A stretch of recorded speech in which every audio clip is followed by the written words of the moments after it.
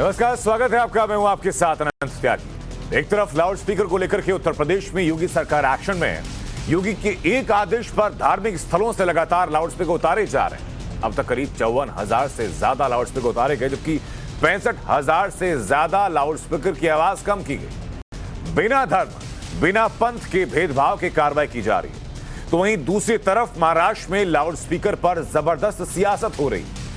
हिंदुत्व की विरासत पर धुआंधार सियासत हो रही है। अब से थोड़ी देर में राज ठाकरे औरंगाबाद में बड़ी रैली करने जा रहे हैं। राज ठाकरे की रैली को शर्तों के साथ उद्धव ठाकरे की सरकार ने इजाजत दी। औरंगाबाद में धारा 144 के बीच रैली हो रही है। सवाल यह कि राज ठाकरे आज की रैली में उद्धव ठाकरे को क्या संदेश देना चाहते हैं। ठाकरे भाइयों के बीच छिड़े घमासान के बीच में क्या राज ठाकरे ने योगी आदित्यनाथ को अपना गुरु मान लिया है? क्या राज ठाकरे योगी आदित्यनाथ की राह पर हिंदुत्व का एजेंडा मजबूत करने में लगे हैं? क्योंकि 2 दिन पहले ही राज ठाकरे ने लाउडस्पीकर हटाने की कार्रवाई को लेकर के योगी आदित्यनाथ की जमकर तारीफ की। वहीं उद्धव ठाकरे को भोगी कहा था। और खबर यह भी कि राज ठाकरे 5 जून को अयोध्या जाने वाले हैं और 6 जून को उत्तर प्रदेश के मुख्यमंत्री योगी आदित्यनाथ से मुलाकात करने वाले हैं।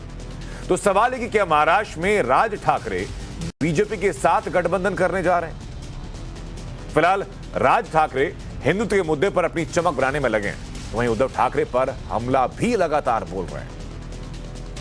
वहीं औरंगाबाद में आज होने वाली रैली से पहले पोस्टर वॉर शुरू हो चुका है।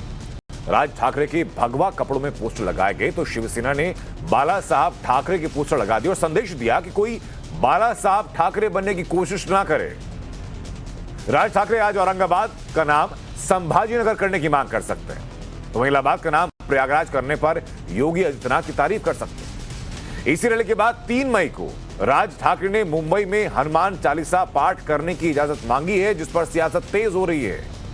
राज ठाकरे 3 मई तक मस्जिदों से लाउडस्पीकर हटाने का अल्टीमेटम दे चुके हैं। ऐसे में सवाल है कि राज ठाकरे का अगला कदम क्या होगा। लेकिन राज ठाकरे की आज की रैली से पहले कैसी सियासत हो रही है, सबसे पहले आपको वो सुनना जरूरी है।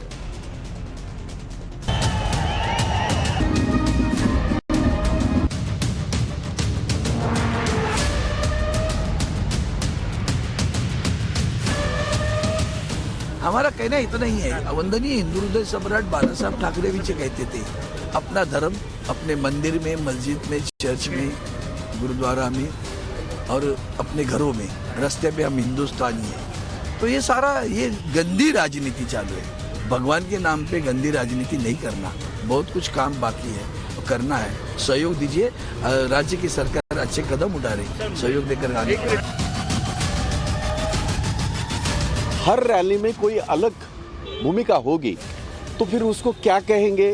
मैं तो नौटंकी कहूँगा, मैं तो नौटंकी कहूँगा। खैर, ये अपना अपना अधिकार है। डॉक्टर बाबा साहब अम्बेडकर का संविधान अभी भी इस देश में जीवित है और उसके अनुसार किसी को भी अपनी बात रखने का पूरा अधिकार है और राज ठाकरे जी को भी है। बट उनको ये बताइए, लावरे तो वीडियो प्रोग्राम करें, लेकिन लॉ एंड ऑर्डर का सिचुएशन अगर कोई करने का काम करेगा तो कानून जो है सख्ती से उसके साथ जो है अपना काम करने का काम करेगा। कुछ लोग अपना अस्तित्व खो चुके हैं, उनकी पार्टी कहीं दिख नहीं रही है, तो किसी न किसी तरीके से 2 मजहबों के बीच में ना इत्तेफाकी पैदा करना, बातें ऐसी करना जिसमें जो है कोई तथ्य ना हो। देखिए, ऐसे आने वाले लोगों को आप रुका नहीं सकते। आप बोलेंगे फिर 15,000, फिर बोलेंगे 5,000, ऐसा तो होता नहीं है। लोग जो आएंगे उनको तो एकोमोडेट करना ही पड़ेगा और उसके लिए हमने तैयारी भी करनी है।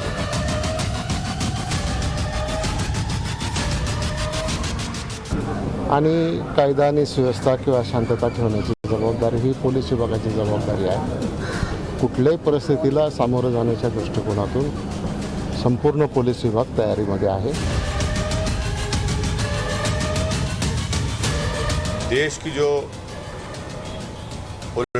पॉलिटिक्स हो रही है उसमें पूरी कोशिश ये हो रही है कि सबसे बड़ा हिंदुत्व की आइडियोलॉजी पर कौन मानने वाला है। तो उसमें कांग्रेस भी रेस में है, भाजपा है, शिवसेना है, आप पार्टी है, एनसीपी है, समाजवादी पार्टी है। सब भी दिखाना चाह रहे हैं कि हिंदुत्व आइडियोलॉजी में हम सबसे आगे हैं, तो वो कंपटीशन हो रहा है उसका।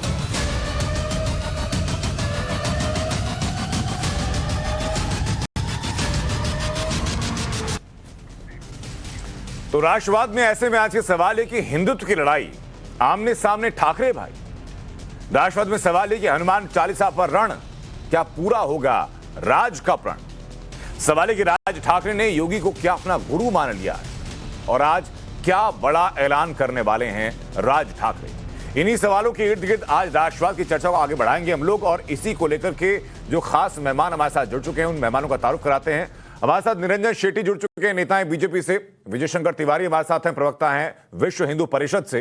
कौशल धुरी हमारे साथ हैं, नेता हैं महाराष्ट्र नवनिर्माण सेना से। देश रत्न निगम हमारे साथ जुड़ चुके हैं, राजनीतिक विश्लेषक हैं। और शिवसेना से संजय गुप्ता हमारे साथ जुड़ चुके हैं। और साथ ही साथ मुफ्ती मंजूर जियाई साहब हमारे साथ हैं, इस्लामिक स्कॉलर हैं। और सबसे पहले हमारी सहयोगी श्वेता वर्मा हमारे साथ हैं, औरंगाबाद से इस वक्त जुड़ी हुई हैं। सबसे पहले श्वेता, मैं आपसे जानना चाहूंगा कि औरंगाबाद में इस वक्त क्या तस्वीरें आप देख रही हैं?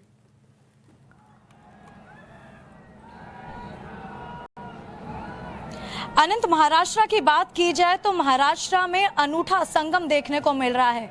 महाराष्ट्र में महारैली, महाराष्ट्र में महाराजनीति हो रही है। अब महाराष्ट्र में औरंगाबाद की आप साफ तस्वीरें देखिए, ये दृश्य टाइम्स नेटवर्क आपको दिखा रहा है। टॉप एंगल व्यू हमारे दर्शकों के लिए कि किस तरीके से जोरों शोरों से यहाँ पर रैली की तैयारियां चल रही हैं। मनसे चीफ राज ठाकरे के एक एक शब्द में जो पावर होता है, क्या वो आज पावर नजर आने वाला है या नहीं, श्रोताओं का अब तांता लगना शुरू हो गया है। साथ में यहाँ पे पुलिस डिप्लॉयमेंट की अगर बात की जाए ना, तो वो भी देखने को मिल रही है। लॉ एंड ऑर्डर का सिचुएशन हालांकि ध्यान में रखा गया है। डिपार्टमेंट बार बार ये बता रहा है कि सशर्त द्वारा ये रैली देने की अनुमति हमने सामने रखी गई है और इसमें सबसे महत्वपूर्ण केवल 15,000 लोगों की मौजूदगी। आप तस्वीरों से अंदाजा लगा सकते हैं कि यहाँ की कितनी कैपेसिटी हो सकती है, यहाँ पे कितने समर्थक राज ठाकरे को सुनने आएंगे। साथ ही यहाँ पे आर्म्स ले आना यानी किसी भी तरीके की तलवार हथियार ले आने पर मनाही है।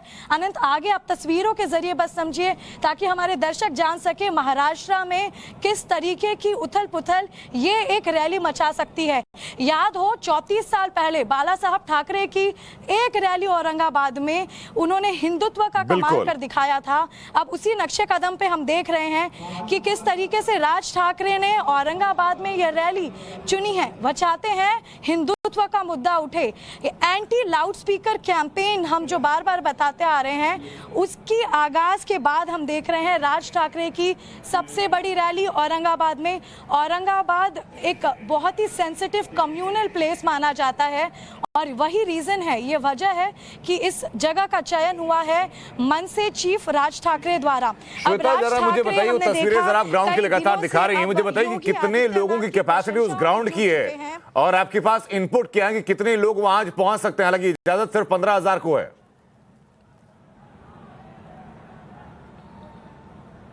बिल्कुल आनंद, देखिए इजाजत केवल 15,000 लोगों की है। कैपेसिटी के अनुसार यहाँ पर तकरीबन 20,000 लोग आ सकते हैं जो खड़े रहेंगे, बैठे रहेंगे। लेकिन साथ में अगर वहीं हम मनसे के लीडर्स की अगर माने, हम लगातार टाइम्स नेटवर्क उनसे बातचीत करता आया है। सबसे पहले हमने ट्रांसपोर्ट से बात की। ट्रांसपोर्ट सेल का ये कहना है कि पूरे महाराष्ट्र भर से राज ठाकरे की रैली सुनने के लिए, उनके संबोधन सुनने के लिए कई जगह से लोग आ रहे हैं। साथ में अगर हम बात करें कि यहाँ पे जितने लोग मौजूद हैं, हालांकि लोगों की आवाजाही शुरू हो चुकी है, 15,000 लोग। लेकिन जब हमने उनसे सवाल किया कि क्या 15,000 लोगों की कैपेसिटी में ये ग्राउंड देखा गया है, तो इसे एक तरीके से अब मनसे वालों ने यह कहा कि महाराष्ट्र में राज ठाकरे को सुनने के लिए 75,000 लोग ने हमने बुलाया है। यानी कहाँ 15,000 कहाँ 75,000। लेकिन मनसे अपनी बातों पर डटी है।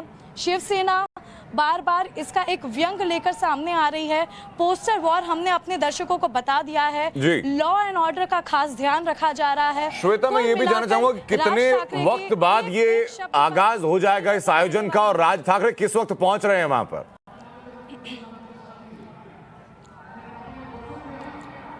जी बिल्कुल आनंद, देखिए इस वक्त जो तस्वीरें हम आपको दिखा रहे हैं ये लाइव एक्सक्लूसिव विजुअल्स है टॉप एंगल्स से जो टाइम्स नेटवर्क एक्सेस करके लाया है। अब अगर राज ठाकरे की बात की जाए तो राज ठाकरे का यहाँ पर संभव है आना तकरीबन 7:30 बजे।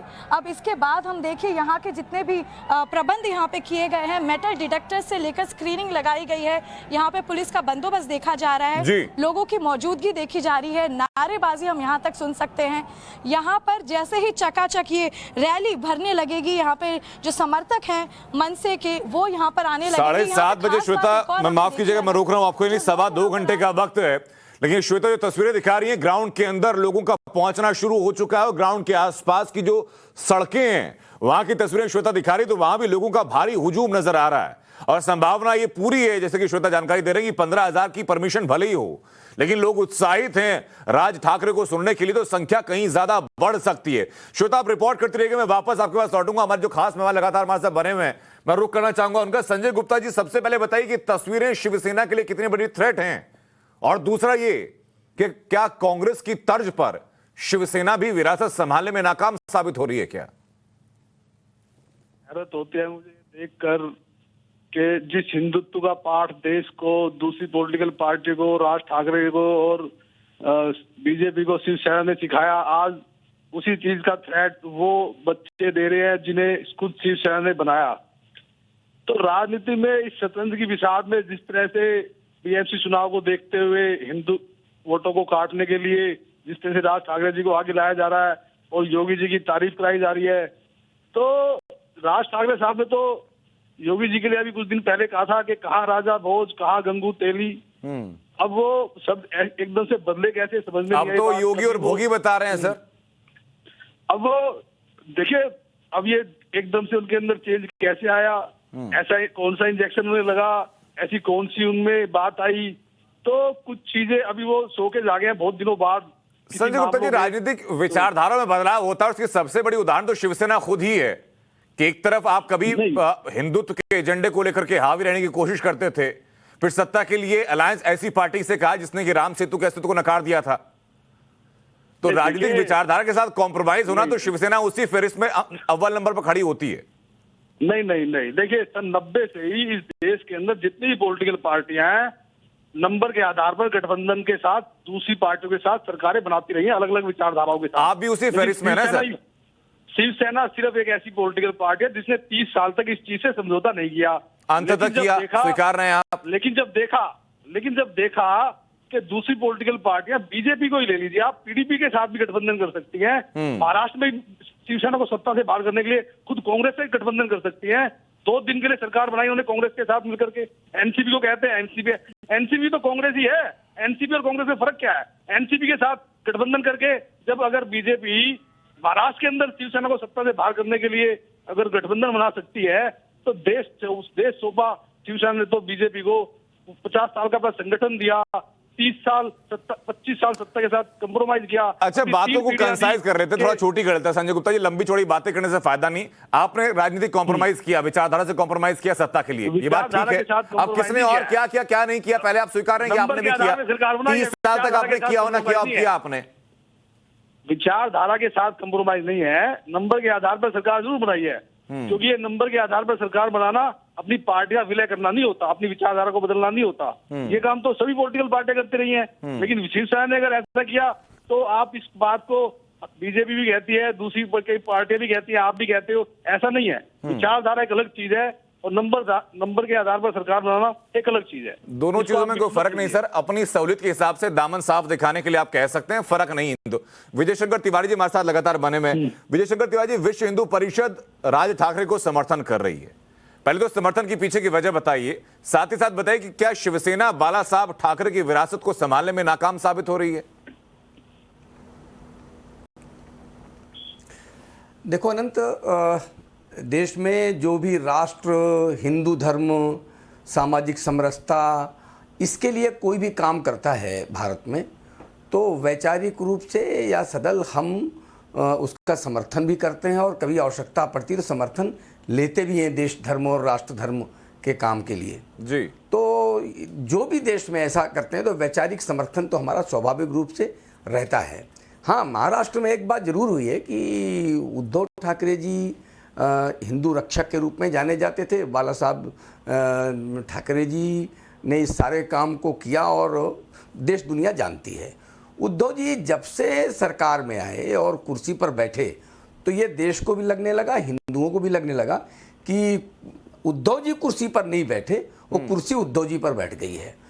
कुर्सी का प्रभाव हो गया और उसके कारण कई निर्णय आप देख सकते हैं कि एक पार्क, यहाँ का नगर निगम का पार्क जिसका नाम टीपू के नाम पर रखा जाता है, दुर्दांत टीपू के नाम पर, और सरकार में तब भनक मची, जब उथल पुथल मची, जब पब्लिक का विरोध होना शुरू हो गया। एक फ्लाईओवर का नाम किसी मुस्लिम के नाम पर रखने, अरे शिवाजी के नाम पर रखना चाहिए। नहीं तो विजय शेखर तिवारी जी, सवाल तो पर यहाँ भी कि सरकार किसी धर्म विशेष के लिए काम क्यों करे? मैं कह रहा हूं जैसे उत्तर प्रदेश की सरकार धर्म विशेष के लिए काम तो नहीं कर रही। वहां जो अजान, जो मस्जिद के लाउड स्पीकर हैं वो भी उतर रहे हैं और मंदिर के हैं उन पर भी नियम परिवर्तन हो रहा है। तो उसको आप क्या कहेंगे? हम कहते हैं एक दृष्टि से आप समाज को क्यों नहीं देखते, एक जैसा निर्णय क्यों लागू नहीं करते हैं? यानी आवाज के मामले में अगर आप चालीसा करेंगे या कोई इस प्रकार का काम करेंगे तो उस पर आप पर कार्रवाई हो जाएगी, लेकिन मस्जिद से बड़ी जोर जोर से जब माइक चिल्लाएंगे उन पर कोई कार्रवाई नहीं होगी। तो ये प्रश्न तब उठता है कि उद्धव जी पर कुर्सी सवार है, उद्धव जी कुर्सी पर सवार नहीं है। देशरतन निगम जी, जो सवाल मैंने शुरुआत में संजय गुप्ता जी से किया था वो यही कि जो कांग्रेस की हालात है कि विरासत को संभालने में मौजूदा कांग्रेस पूरी तरीके से विफल है, वही हाल के शिवसेना के साथ उद्धव ठाकरे के साथ हो रहा है क्या? और यही लूप होल मिल गया राज ठाकरे को जिन्होंने बुना लिया उसको।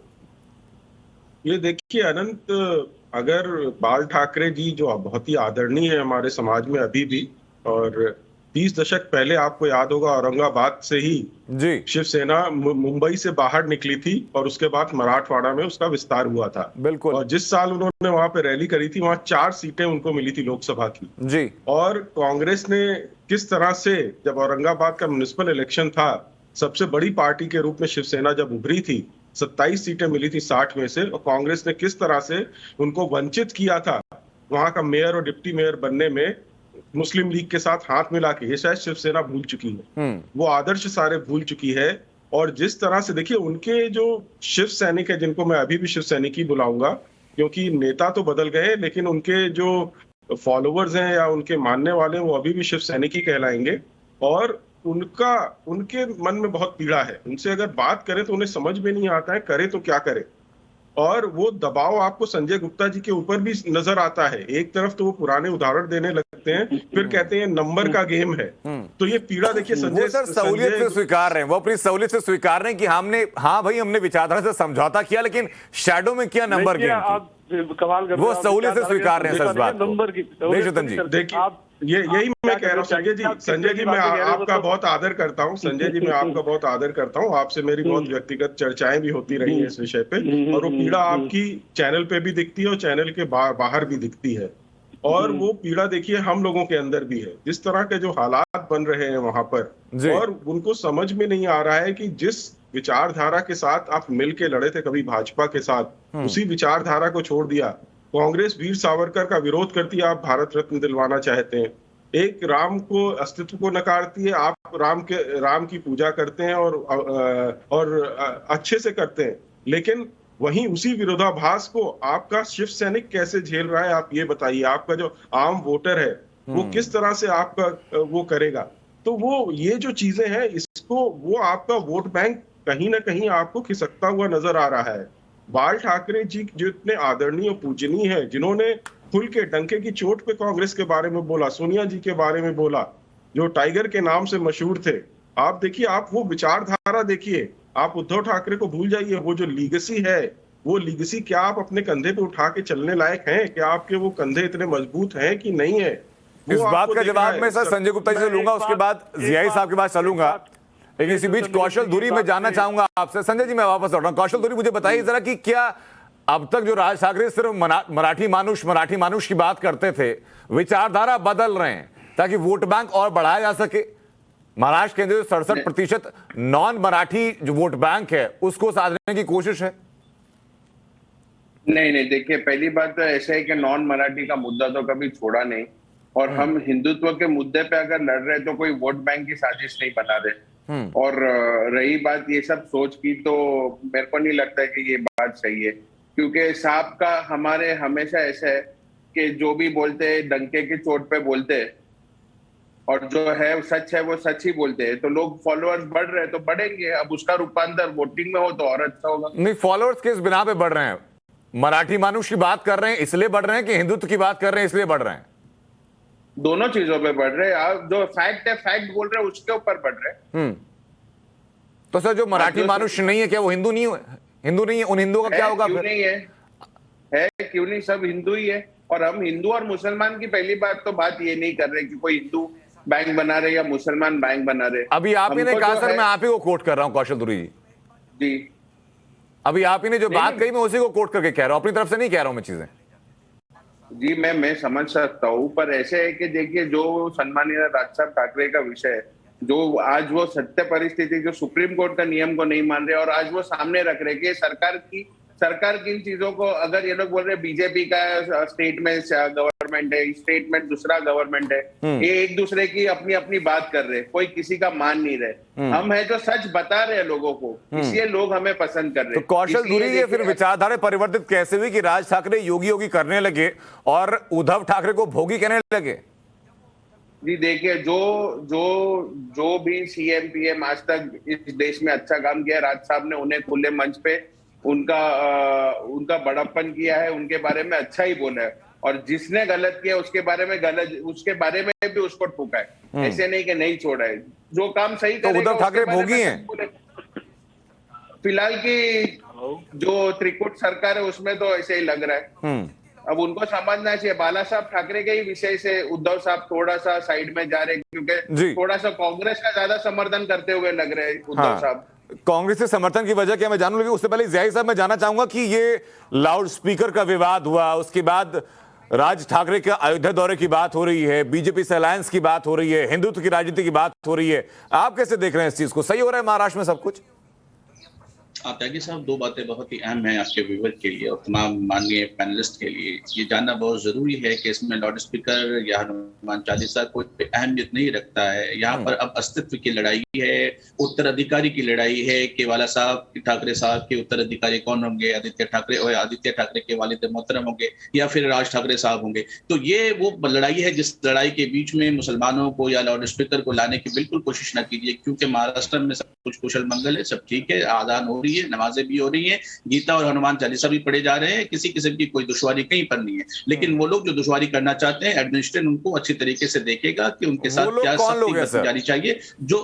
हाँ, अब वो देखिए वो कौन लोग हैं। वो लोग दुनिया के सामने आया है, आपने अपने चैनल के हवाले से उन लोगों को बार बार दिखाया भी है, और आने वाले दिनों में वो सब चेहरे भी दिखेंगे जो मुल्क के अंदर में और रियासत के अंदर में फसाद फैलाना चाहते हैं। वो लोग कौन लोग? ज़ियाई साहब नाम लेके बात करते हैं, नाम लेके बात करें तो संदेश सीधा जाएगा, किसी के वाया होने की जरूरत नहीं पड़ेगी।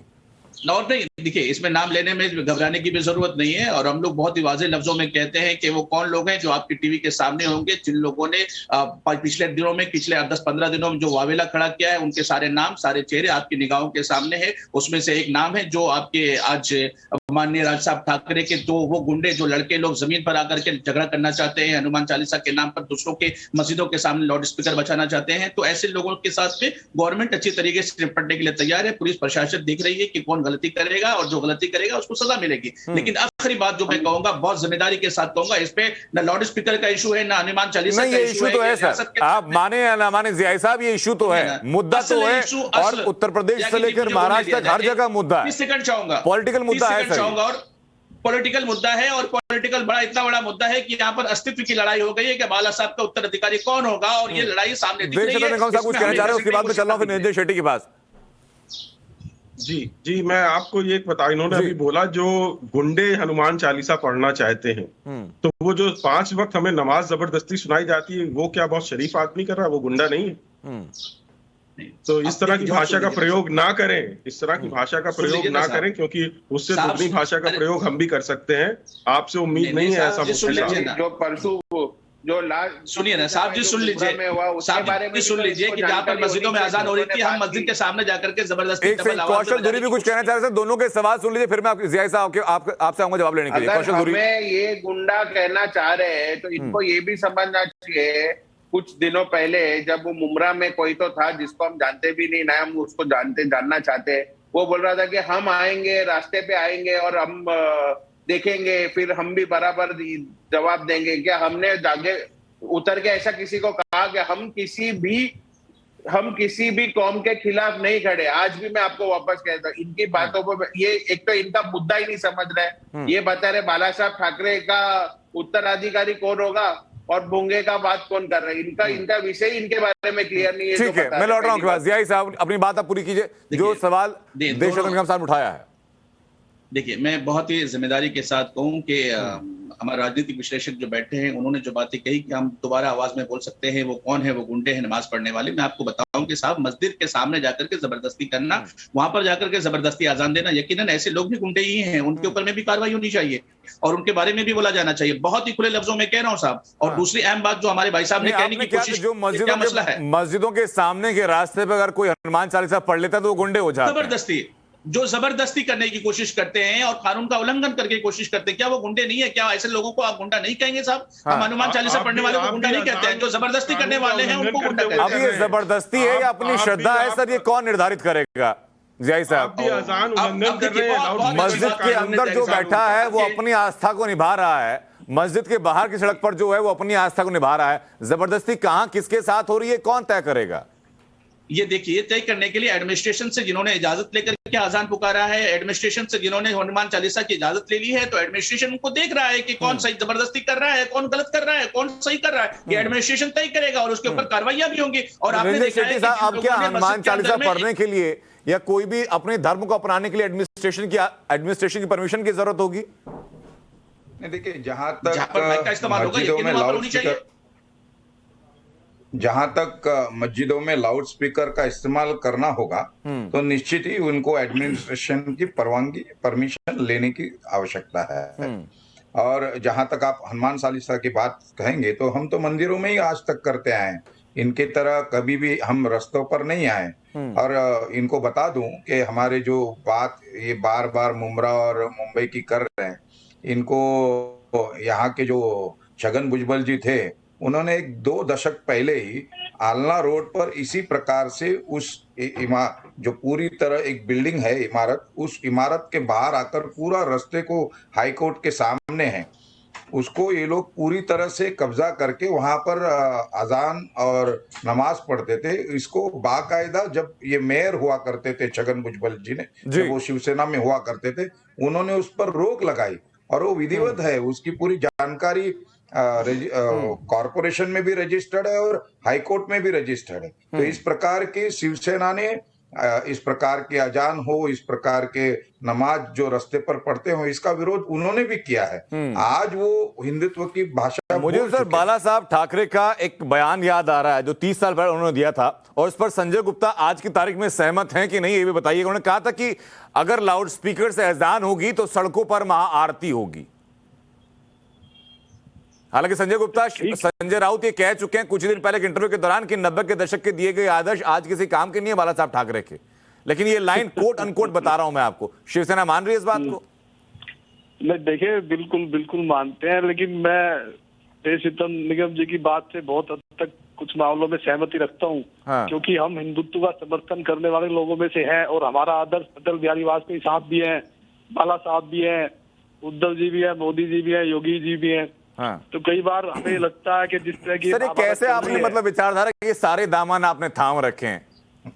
विचारधारा के सारे दामन नहीं है, ये हिंदुत्व, देखिए, हिंदुत्व हमारी माँ है और हिंदुत्व को मानने वाला हद तक हमारा भाई है। ये जो महाभारत और गठबंधन आप करते हैं उनके साथ में, जो कहते हैं कि राम सेतु का अस्तित्व है नहीं, एफिडेविट दाखिल कर देते हैं, गठबंधन करते हैं आप जाकर उनके साथ में।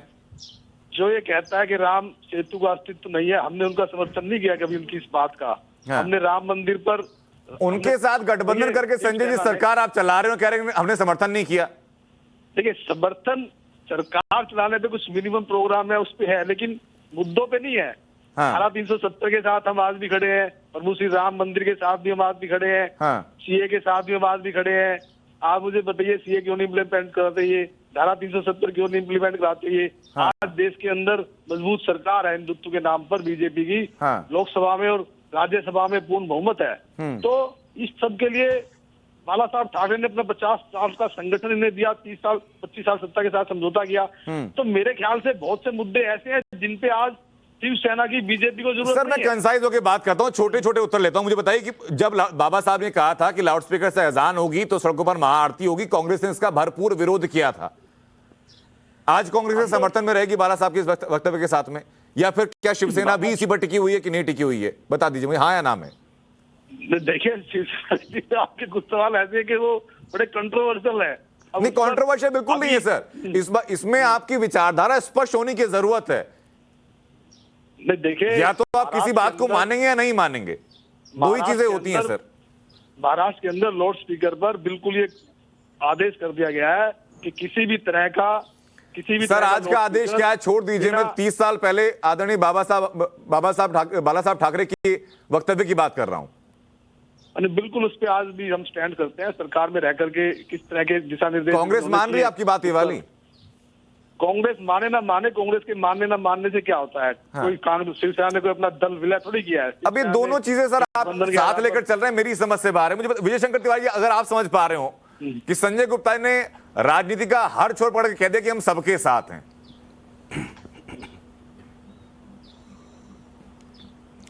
देखो अनंत, अभी पहले तो मैं जीआई के जो उन्होंने कहा था कि ये गुंडे और ये सारा विषय उन्होंने रखा था, तो मैं एक बार ये बता देना चाहता हूँ कि अभी जो सारी शोभा यात्राएं निकली थी देश भर में, तो अकेले उत्तर प्रदेश में 4000 से अधिक ये शोभा यात्राएं निकली थी। आप कल्पना कर सकते हैं देश में कितनी शोभा यात्राएं निकली थी, और इनमें से 20 एक ऐसे स्थान हैं जहाँ पर पत्थरबाजी और बोतलें और ये सारा हुआ था। उसमें करौली की सारी घटना आपके सामने आई रहा है, और जहांगीरपुरी की बड़ी बीभत्स घटना आपके सामने आई है। तो ये वो मोहल्ले हैं अनंत जी जहाँ पर मुस्लिम आबादी ज़्यादा है। इसका मतलब एक बात ये तय हो गई कि जहाँ पर मुस्लिम आबादी ज़्यादा है वहाँ हिंदू अपनी रथ यात्राएं, अपने उत्सव नहीं कर सकते हैं। आपने वर्षों से देखा होगा, ताजिया इनके जुलूस निकलते हैं, हिंदू मोहल्लों से भी निकलते हैं। आज तक इनके ऊपर कोई बोतलें फेंकी गई क्या? आजकल पत्थर फेंके गए क्या? तो अब ये तय ये करना है, पब्लिक को करना है कि गुंडे कौन। यानी मुस्लिम मोहल्लों में आप हिंदू रथ यात्राएं निकालेंगे, कोई उत्सव करेंगे, तो आप मारे जाएंगे, गोलियां भी चलेंगी, आप पर पत्थर भी फेंके जाएंगे, आप पर बोतलें भी फेंकी जाएंगी। तो ये देश की जनता ने तय कर लिया है कि कौन गुंडा है, कौन शरीफ है। जय साहब भी समझते हैं, टीवी में बोलने के लिए कुछ भी बोले, लेकिन उनकी अंतर जो बोल रहा हूँ वो तो मुस्कुराकर कुछ कहना चाह रहे हैं जय साहब।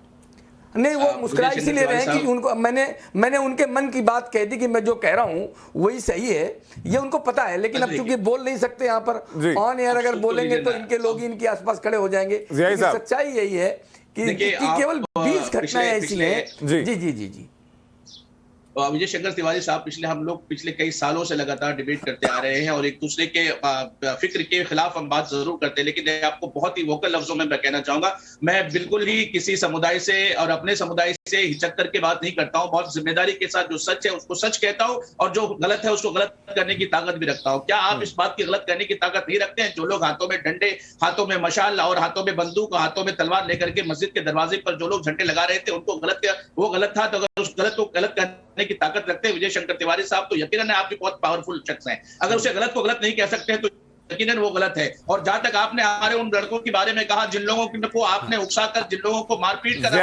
एक गलत दूसरे गलत को सही साबित नहीं कर सकता ना। एक गलत दूसरे गलत को सही साबित नहीं कर सकता। अनंत जी दो नेगेटिव पॉजिटिव होकर अनंत जी मैं जीआई साहब के प्रश्न का उत्तर देता हूँ। अनंत जी, मैं जीआई साहब के प्रश्न का उत्तर देता हूँ। जी जीआई साहब, एक चीज बताइए कि मैं बात कर रहा हूं जहां बोतल फेंकी गई, मारा गया, लोग घायल हुए, एक भी रथ यात्रा में एक भी मुस्लिम व्यक्ति के ऊपर ये लाठी चली, वो डंडे चले, वो तलवारें चली, ऐसा कहीं हुआ है क्या? आप कहते रहे कि वहां तलवारें और ये सब कुछ कोई दिक्कत नहीं, लेकिन एक भी व्यक्ति कोई घायल हुआ है क्या? तो अब जहां कोई घायल नहीं हुआ है और वहां पत्थरों से तो जीआई साहब लोग घायल हुए हैं, मतलब यहाँ तक कि गंभीर हालत में घायल हुए हैं, अस्पताल तक गए हैं। ये तो आपकी जानकारी में है। तो ये तो तय करना ही पड़ेगा ना कि कहां पर गया। आप डंडा लेकर चल रहे हैं जीआई साहब, आप लाठी लेकर चल रहे हैं, ये अपराध नहीं है। अपराध मारना है, तो किसने मारा है और कौन उस लेके चला झंडे है, को- ये झंडे दोनों को अलग अलग झंडा, बातें हैं। भगवा यानी झंडा डंडा देख करके हम उसको मार देंगे, जय अमन साहब और डंडा शांति देख कर का उस पर प्रतीक पत्थर होता चला है। देंगे, भगवा ये तो कोई झंडा न्याय नहीं हुआ ना शांति और जय साहब। मोहब्बतों का प्रतीक होता है। उस झंडे को जबरदस्ती किसी के दरवाजे पर, किसी के इबादत खाने पर जबरदस्ती वो झंडा लगाना, क्या ये दुरुस्त हो सकता है विजय शेखर तिवारी साहब? नहीं, जियाई साहब कहाँ लगा दिया किसी के दरवाजे पर? और अगर आप ये कह रहे हैं कि शांति का प्रतीक होता है तो कहीं से भी निकले, तो क्या परेशानी होनी चाहिए? नहीं देखा। राम मंदिर बैंड करो, राम मंदिर परेशानी नहीं होनी चाहिए, लेकिन किसी की इबादत गाहों में खलल नहीं होना चाहिए। आपने बिहार की घटनाओं को देखा, आपने झारखंड की घटनाओं को देखा, आपने जहांगीरपुरी की घटनाओं को देखा, आपने करौली की घटनाओं को देखा। सब जगह पर जो घटनाएं हुई है, किस तरीके की घटनाएं हुई है, किस तरीके का अत्याचार हुआ है, किस तरीके की नारेबाजी हुई है, जिस तरीके के मुल्ले काटे जाएंगे, इस तरीके की भाषाओं का इस्तेमाल अगर हमारे जियाई साहब मेरे को कोई एक वीडियो आप दिखा दीजिए ऐसी। बताइए जियाई साहब मुझे कोई एक वीडियो आप दिखा दीजिए जिसमें कैसे नारों का इस्तेमाल किया गया हो, और मैं आपको ऐसी अनगिनत वीडियो दिखा सकता हूं सर जहां पर कि मुस्लिम समुदाय जो अपना आयोजन कर रहा था वहां पर ऐसे भड़काऊ बयान दिए गए। आप मुझे कोई एक जहांगीरपुरी की बात कर लीजिए, करौली की बात कर लीजिए, मुझे कोई एक वीडियो आप दिखा दीजिए जहां पर इस तरीके के बयान दिए गए हो या नारे लगाए गए हो। बिल्कुल, आपको मैं वो बयान भी देता हूँ, मीडिया की रिपोर्ट भी भेज देता हूँ, और पूरे हिंदुस्तान ने उस चीज को देखा है। सोशल मीडिया इन तमाम चीजों से भरा पड़ा है। हमें एक एक को सर हिंदुस्तान ने उन तस्वीरों को देखा था कि जब रथ यात्रा निकल रही थी जहांगीरपुरी में तो भगवान की मूर्तियां भी उस रथ में शामिल थी, पीछे तिरंगा भी लगा हुआ था, और उसी के ऊपर कांच की बोतलें और उसी के ऊपर पत्थर बरसाए जा रहे थे, जिसमें कि सिर्फ भगवान की मूर्तियां नहीं बल्कि देश का तिरंगा भी लगा हुआ था, उस पर भी पत्थर बरसाए जा रहे थे। आनंद जी, आपने वो नहीं देखा कि मस्जिद के दीवारों पर, मस्जिद के मीनारों पर भगवा झंडे लगाए जा रहे थे? इसको आपने शायद नहीं देखा होगा। सर वो कई साल पहले की बिहार के अंदर की तस्वीर है जियाई साहब, वो हालिया तस्वीर नहीं है। जहांगीरपुरी की बात कर रहे हैं हम, जहांगीरपुरी की बात कर रहे हैं साहब। जहांगीरपुरी के उस दीवार को जिसको तोड़ा गया, वहां की तस्वीरें आप दिखाइए ना मुझे सर, सामने मौजूद है। दिखाइए ना जियाई साहब, भेज देते हैं जियाई साहब दिखाइए ना वो तस्वीरें, क्यों नहीं दिखाते भेज देते हैं आपको। बिल्कुल, हम वो भी तस्वीरें आपको भेज देते हैं, और दुनिया ने इस चीज को देखा है। जब डेमोलिशन हुआ उससे पहले भी वो चीजें वहीं पर पड़ी हुई थी। सर व्हाट्सएप का जमाना है, व्हाट्सएप स्मार्टफोन का जमाना है। मैं दूसरे मेहमानों के पास जाऊं उससे उसी के साथ साथ इतनी देर में आप वो वीडियो निकाल के रखिएगा, सबको दिखाइएगा जरूर, क्योंकि अगर वो बात सच है तो सबके सामने आनी बहुत जरूरी है जियाई साहब। अगर वो बात सच है तो सामने आना बहुत जरूरी है जियाई साहब। मैं इस पे जवाब देना चाहूंगा। जी जैसा मैं आ रहा हूं सर, आप इतना मोबाइल में वीडियो निकाल के रखिए सर, 2-3 मेहमानों से मैं सवाल ले लूं, मैं लौटूंगा आपके पास सर, क्योंकि बात अगर सच है सबके सामने आनी जरूरी है सर। बेशुदा निगम जी, मुफ्ती साहब ने जो बोला है वो शायद वो दिग्विजय सिंह की स्पीच की बात कर रहे हैं जिसमें उन्होंने फेक वीडियो डाला था खरगांव का, जो बाद में उन्होंने डिलीट कर दी थी ट्वीट, और उसको कई एनडीटीवी जैसे चैनल्स ने बड़ा दिखाया था कि ये हो रहा है, बाद में सबके मुंह पे पानी पड़ा। दूसरा मैं ये कहूंगा कि जहांगीरपुरी का वो जो इलाका है उसका मैं आपको एक उदाहरण दूंगा। सन 2016 में जब उरी में हमला हुआ था हमारे सेना पर, तो उस जगह पर एक कैंडल श्रद्धांजलि यात्रा निकल रही थी, कैंडल मार्च, और उस कैंडल मार्च में वहां के लोगों ने हमला किया और पाकिस्तान जिंदाबाद के नारे लगाए। ये 25 सितंबर की घटना है 2016 की। तो वहां का आप देख सकते हैं कि ये पहली बार नहीं हुआ है। हमारे सेना पे अगर हमला होता है, उसकी श्रद्धांजलि देने के लिए अगर कैंडल मार्च निकलता है, तो उस इलाके के उसी ब्लॉक COD ब्लॉक में लोगों ने हमला किया था। पाकिस्तान जिंदाबाद, हिंदुस्तान आर्मी मुर्दाबाद और हिंदुस्तान मुर्दाबाद के नारे लगाए थे। उसी जगह पे ये हुआ है, एग्जैक्टली वही जगह है।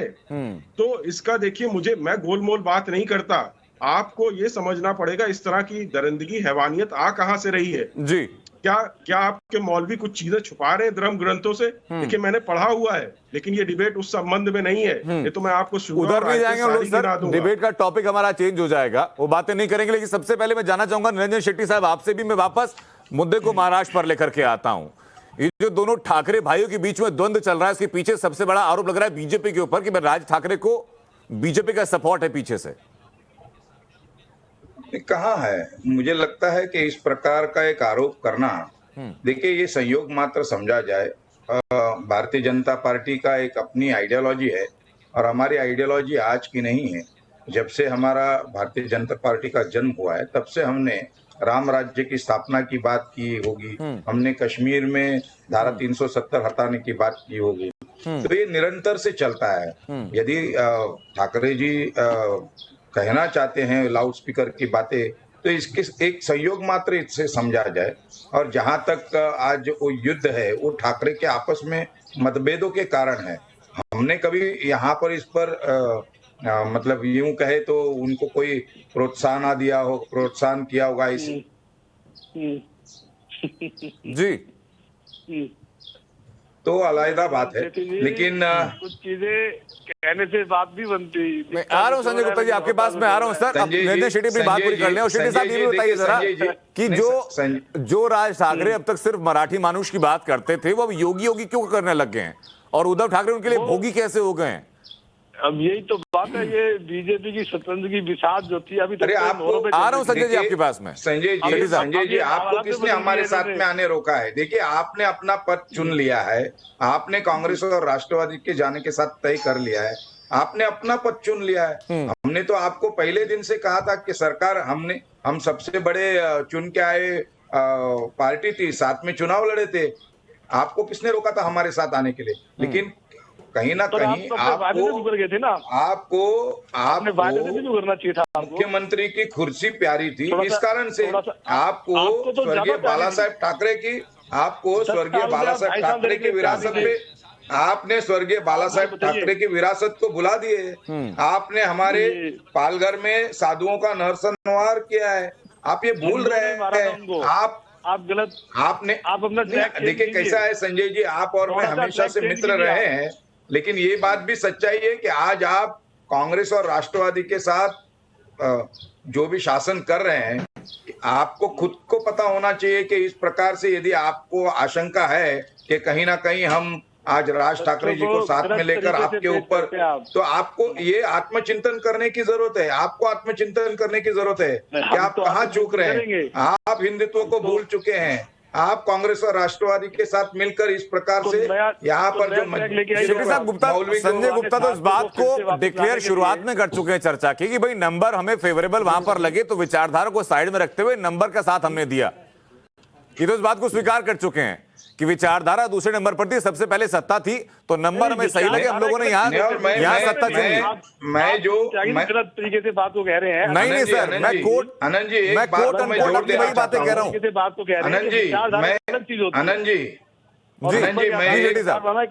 आनंद जी मैं सिर्फ एक बात को जोड़ना चाहता हूँ। थोड़ी देर पहले जिस प्रकार से देश रत्न निगम जी ने और तिवारी जी ने जो बात कही थी, जिया जी ने इस बात को मैं बता देना चाहता हूं कि देखिए, हमारे धर्म में हम हिंदुओं को काफिर नहीं मानते हैं। आपके धर्म में हिंदुओं को काफिर समझा जाता है।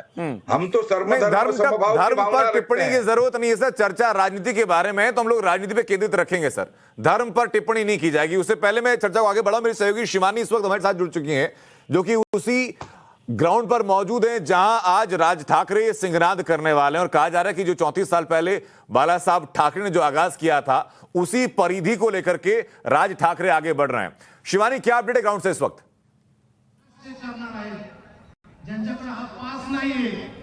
देखिए, बिल्कुल मैं पहले तस्वीरों के जरिए आपका ध्यान ले जाऊं इस पूरे ग्राउंड पर जहां मौजूद है, जहां पर राज ठाकरे की जो रैली है, जो उनका संभाषण है वो होने वाला है। आप देख पाएंगे अभी भी कई बड़ी तादाद में जो लोग हैं वो आना शुरू हो चुके हैं। लगभग जो एक पहरा है इनका वो भर चुका है, कुर्सियों का करीबन 4000 के करीब जो लोग हैं यहाँ पर पहुंच चुके हैं। और अभी भी आप गेट के बाहर की जो भीड़ है वो देख कर समझ सकते हैं कि ये जो हुजूम है लोगों का राज ठाकरे को आज यहाँ सुनने के लिए एक लंबे वक्त के बाद, वो काफी ज्यादा बड़ा है। काफी ज्यादा यूथ है यहाँ पर, और खासियत इस बार ये कि हर बार जो है मैंने शिवाजी के नारे लगाती थी, आज वो जय श्री राम के नारे भी लगा रही है। तो ये एक स्ट्रैटेजी हो सकती है। दूसरी आप तस्वीरें देखेंगे पुलिस सिक्योरिटी की, पूरा जो पुलिस महकमा है आप देख पाएंगे एक लंबी एक कतार में इंपॉर्टेंटली इस एंट्री के गेट पर ही खड़े हैं। काफ़ी सारे पुलिस वाले, 300 के करीब जो पुलिस वाले हैं वो अंदर रहने वाले हैं सिक्योरिटी के मद्देनज़र। तो वही 1700 पुलिस वाले जो हैं औरंगाबाद भर में प्लांट किए गए हैं, जिससे कि किसी भी तरीके की लॉ एंड ऑर्डर की सिचुएशन में डिफ़िकल्टी ना सामने आने पड़े। हालांकि बीएमसी इलेक्शन के बिल्कुल पहले राज ठाकरे का ये संबोधन और साथ ही साथ बीजेपी की स्लोगन्स पर, बीजेपी की लाइन्स पर भी कहीं ना कहीं जो उनकी विचारधारा मिलती नज़र आ रही है। और देख पाएंगे कि आज जो लोग हैं वो कहीं ना कहीं राज ठाकरे को सुनना चाहते हैं, क्योंकि एक बहुत लंबे वक्त के बाद लाउड स्पीकर की कंट्रोवर्सी जो कि राज ठाकरे के एक स्टेटमेंट द्वारा बाहर आई थी, अब उसे 1 महीना हो चुका है। और साथ ही साथ इस 1 महीने के बाद महज 48 घंटों का वक्त बचा है एमवीए गवर्नमेंट के पास उस अल्टीमेटम को लेकर जो कि राज ठाकरे ने दिया था। उन्होंने कहा था कि 3 मई को वो दिखाएंगे मनसे स्टाइल में कि लाउड स्पीकर को कैसे उतारा जा सकता है, कैसे जी। उसकी आवाज को दबाया जा सकता है। जी, आज शिवानी। 1 मई महाराष्ट्र दिवस का दिन है, जहां पर राज ठाकरे अब कुछ ही देर में बातचीत करेंगे, भाषण देंगे और उसके बाद अल्टीमेटम जो है 3 मई का वो आएगा। बिल्कुल शिवानी, जैसे ही वहां पर राज ठाकरे पहुंचेंगे वापस लौटेंगे, लेकिन कौशल धुरी 3 तारीख को क्या करने वाली है एमएनएस? 3 तारीख को हम हर मंदिर में जाके महाआरती करने वाले हैं। और हमको भी अधिकार है हमारे भगवान कौशल धुरी, हनुमान चालीसा पर राजद्रोह के केस दर्ज हो रहे हैं महाराष्ट्र में, तो फिर अगर ये केस दर्ज हो रहे तो चलेगा, हम ले लेंगे। अगर ये करना गुनाह है तो फिर ये तो करना पड़ेगा हमें। हमें हमारे अगर महाआरती करने की परवानगी नहीं देगी सरकार, तो हम देख लेंगे कैसे नहीं देते, और हम तो करेंगे। और ये तो अपना अस्तित्व भूल ही गए सरकार के। हम सम्माननीय बाला साहब ठाकरे के ही रास्ते पे चलने वाले लोग हैं। हम उनका ही मार्गदर्शन फॉलो करेंगे, जो उनकी बात थी वही हम आगे तक लेके जाएंगे। महाआरती हम जाएंगे, केस होने दो, जो सरकार को करना है करने दो। हम किसी के विरोध में नहीं बोल रहे। जो हम हमारा धर्म के लिए हमें जो करना है, जो इस सोसाइटी के लिए, वो हम करेंगे और हम हमारा धर्म फॉलो तो करेंगे। संजय गुप्ता, महाआरती रोकेंगे कि होने देंगे आप? महाआरती में किसी भी तरह का कोई बैन नहीं है। महाआरती कोई कहीं भी कर सकता है, प्रोसीजर है। हनुमान चालीसा भी कोई कहीं भी कर सकता है। हाँ। इसके लिए प्रोसीजर है। हर तरह की चीजें की जा सकती है। नहीं, हनुमान चालीसा का प्रोसीजर तो सर आप फॉलो होने देते नहीं हो। एक सांसद और विधायक अगर जेल में है तो इस बात की तस्दीक है। नवनीत कौर राणा जो श्री राम के नारा लगाने वालों के विरोध में खड़ी रहती थी, एक उनके दिमाग में हनुमान चालीसा, वो भी जबरदस्ती, मतलब किसी के घर के बाहर जाकर के करना चाहती है। ये तरीका तो हमने देखा नहीं कि आज तक हिंदुस्तान में, हमें भी इतने साल हो गए हनुमान चालीसा करते हुए। अपने घर में करते हैं, मंदिर में करते हैं, या किसी समारोह में करते हैं। किसी के घर शिव सैनिकों ने सड़कों पर महाआरती नहीं की सर क्या अब तक? नहीं, सड़कों पे की जा सकती है, कहीं भी की है ना? इसमें कोई तो राय नहीं है। की है ना सर? कोई तो राय नहीं है। लेकिन मुझे पूरी उम्मीद है तस्वीरें आपकी आंखों से अभी मिटी नहीं होंगी, याद होंगी तस्वीरें आप। देखिए, मुख्यमंत्री आवास जो होता है वो एक संवैधानिक संस्थान है। आप उसके अंदर जबरदस्ती कहें कि मैं जबरदस्ती करके जाऊंगी, और अगर उस पर अभी प्रतिक्रिया भी नहीं दी उद्धव जी ने, तो प्रतिक्रिया देने के बाद कुछ कहती तो समझ में आया। उससे पहले ही वो अभद्र भाषा का इस्तेमाल करने लग गई, धमकी देने लग गई। संजय गुप्ता, वो क्या राजद्रोह के केस में आता, के दायरे में आता कि नहीं आता, इस पर लंबी चर्चाएं लगातार हो चुकी हैं। फिलहाल मैं हनुमान चालीसा छोड़कर के सीधा महाआरती पर आऊंगा जो 3 तारीख को होने वाली है। उस पर सरकार की परमिशन है कि रोक टोक लगाएंगी कुछ? नहीं, जहां भी परमिशन दी जा सकती है उसकी परमिशन दी सरकार देगी। और आरती पर किस तरह की रोक? आरतियां तो होती रहनी चाहिए। तो यानी राज ठाकरे जो आंदोलन करना चाह रहे हैं महाआरती के द्वारा, वो आंदोलन आप पूर्णतः सपोर्ट के साथ समर्थन करेंगे उसको? बिल्कुल समर्थन किया जाएगा। आरती का तो समर्थन किया ही जाएगा। आरती का समर्थन कौन नहीं करेगा? आरती के खिलाफ तो कोई किसी भी सरकारी नुमाइंदे ने कोई स्टेटमेंट नहीं दी है। आरती चीज ही ऐसी है, आरती करे, हनुमान चालीसा करे। तो कौशल धुरी, ये तो देखिए आपके लिए खुशखबरी आ गई कि 3 तारीख को आपका मूवमेंट है, उसमें कम से कम सरकारी व्यवधान नहीं होगा। मैं तो न्योता दे रहा हूँ संजय जी को, मैं न्योता दे रहा हूँ कि आप भी हमारे साथ आरती के लिए आ जाइएगा। भगवान का प्रसाद तो ले लीजिएगा साथ में। जाएंगे संजय जी? अभी अब 3 तारीख है, मैं तो दिल्ली में होता हूँ। अब इन्होंने न्योता मुझे प्रोग्राम हम कर लेंगे व्यवस्था आपको यहाँ लाने की। बताइए, टिकट भी आपको देने के लिए तैयार हैं वो? व्यवस्था आपकी तो मैं आ जाऊंगा, कोई दिक्कत नहीं है। प्लेन का टिकट भी देने के लिए तैयार है। तो कौशल धुरी, फिर आप संजय गुप्ता जी का टिकट कटवा रहे हैं दिल्ली से मुंबई का? बिल्कुल। कहाँ बुलाएंगे इनको बता दीजिए, कट जाए उनकी। कहाँ बुलाएंगे महाआरती में, इनको बता दीजिए। छत्रपति शिवाजी महाराज एयरपोर्ट पे उनका स्वागत होगा बहुत अच्छे तरीके से। और हमारे यहाँ पे राम मंदिर है, वहाँ पे बहुत बड़ी आरती करेंगे, हम उनके साथ मिलके करेंगे, बहुत अच्छा लगेगा। तो संजय गुप्ता शिवसेना के नेता होने के नाते वहां पहुंचेंगे, ये वादा आपका है? बिल्कुल। अगर ये मेरे को लाने ले जाने का अरेंजमेंट कर रहे हैं, मेरे को सब कुछ करेंगे, तो बिल्कुल जाऊंगा मैं। अच्छा, वैसे आश्चर्य ये भी है कि एक शिवसैनिक को आरती में जाने के लिए पहले कोई और मिले जो इसका इंतजाम करे, फिर वो जाए, तो भी अपने आप में अचंभा है। वैसे देखिए, निमंत्रण दे रहे हैं, प्रोग्राम इनका है। हाँ, अब ये निमंत्रण पूरे दिल से देंगे तो अच्छे से देंगे, तभी तो जाएंगे। अब निमंत्रण में सर किसी के यहाँ अगर 1000 आदमियों की शादी हो, कोई भंडारा कर रहा हो, तो सबको जाके लाएगा थोड़ी ना कि भैया मेरे यहाँ भंडारा है, सब लोग आइए। अब ये तो आप इनसे पूछिए, ये किस तरह से बुलाना चाहते हैं मुझे। ये जैसे चाहेंगे वैसे। देशतर निगम जी, आपने देखा सर क्या कि कोई माता रानी का जगराता कर रहा हो या सत्यनारायण की पूजा कहीं हो रही हो, तो वो 2-4 आदमी लगा कि भाई सब लोगों को तुम लेके आना, ये बुलावा भेजा जाता है। देखो, मैंने नहीं कहा, कौशलपुरी जी ने कहा है कि हम बुलाएंगे। हाँ, लेके अपने वो तैयार है सर, आप जाने वाले बनिएगा। कौशल धुरी तैयार हैं फिलहाल। देशतर निगम जी, देखिए, संजय गुप्ता के साथ क्या श्रद्धा तो है उनकी हनुमान चालीसा में, और ये भी जानते हैं कि संकट हरण करता है हनुमान चालीसा। लेकिन दूसरा पक्ष हनुमान चालीसा का ये भी है कि जो संकट लाता है उसका भी हरण करता है। तो इस पीड़ा के बीच में संजय गुप्ता फंसे हुए हैं। संकट लाने वाला जो मुख्यमंत्री या शिवसेना है, और जिसका संकट हटना है वो एक आम जनता है। तो जाएं तो किधर जाएं, इसलिए खुला स्टैंड नहीं ले सकते ये चैनल पर। तो इनकी पीड़ा मैं कह रहा हूँ बहुत पीड़ित हैं ये। और दूसरा मैं भी ये भी जानना चाहता हूं इनसे, संजय गुप्ता जी से, देखिए आपका जो वोट बैंक है, आप राजनीति में हैं, वोट की राजनीति करते हैं, तो बड़ा स्पष्ट निर्णय आपको आज लेना पड़ेगा। आप किधर खड़े हुए हैं, नंबर गेम के पीछे नहीं छुप सकते आप।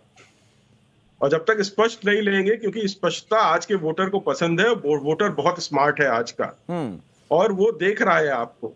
अब आप राजद्रोह का मुकदमा करेंगे हनुमान चालीसा वाले पे, और 5 वक्त की जो अजान जबरदस्ती सुनाई जाती है बड़े बड़े लाउड स्पीकर पे लगा के, या सड़कों पे नमाज होती है, वहां अगर आप कुछ नहीं करते हैं तो जनता मूर्ख नहीं है। आप ये ध्यान रखिए, आप जनता को मूर्ख ना समझे। ये गठबंधन में आने के बाद का परिवर्तन है सर। छोटा सा कमेंट विजय शंकर तिवारी जी, मैं आपसे जानना चाहूंगा कि ये जो राज ठाकरे का मूवमेंट शुरू हुआ है, मैं करना चाहूंगा, वो क्या ये है कि अब शिवसेना के पैरेलल एक मूवमेंट चलेगा जो कि ना सिर्फ हिंदुत्व के एजेंडे पर आगे चल रहा है, बल्कि पॉलिटिकल एम्बिशंस भी हाई होते जा रहे हैं?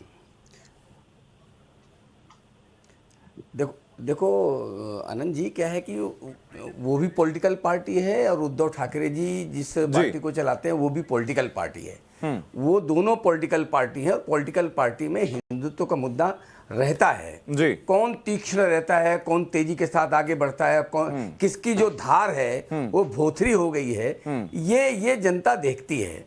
लेकिन ये सब राजनीतिक तो धार जो कुंद हुई वो शिवसेना की हुई, और जो तेज हो रही है वो राज ठाकरे की हो रही है कि तो स्वाभाविक है, जो तीखा बोलेगा, जो हिंदुत्व के विचारों पर बहुत तेज आगे बढ़कर बोलेगा, जो उनके विचारों को जमीन पर खड़ा करेगा, ठीक है सर, मेरे पास वक्त की सर बात है। उसके बाद ज़ियाई साहब, मैं शॉर्ट कमेंट जानना चाहूंगा सर आपसे। वीडियो मिली सर आपको ज़ियाई साहब? यकीनन वीडियो मिली सर आपको? नहीं, अगर आप ये फोन दिखा घुमा के रहा हूं, बड़ा देख कर लीजिए ना देंगे, साहब। वीडियो प्ले कर देंगे तो बेहतर होगा। वीडियो, ये वही वीडियो है सर? ये वही जहांगीरपुरी की मस्जिद के दरवाजे के ऊपर में जो भगवा झंडे रखे गए थे उसी की तस्वीर है। हाँ, ये देश को देखना चाहिए, और ये देश देख रहा है इस चीज को। हाँ, हालांकि मुझे इस वीडियो में कुछ भी स्पष्ट नजर नहीं आ रहा सर, सिवाय इसके कि बराबर में एक पीले रंग की कोई बैरिकेडिंग है, कोई पीले रंग की बैरिकेडिंग है, उसके ऊपर झंडे रखे हुए हैं।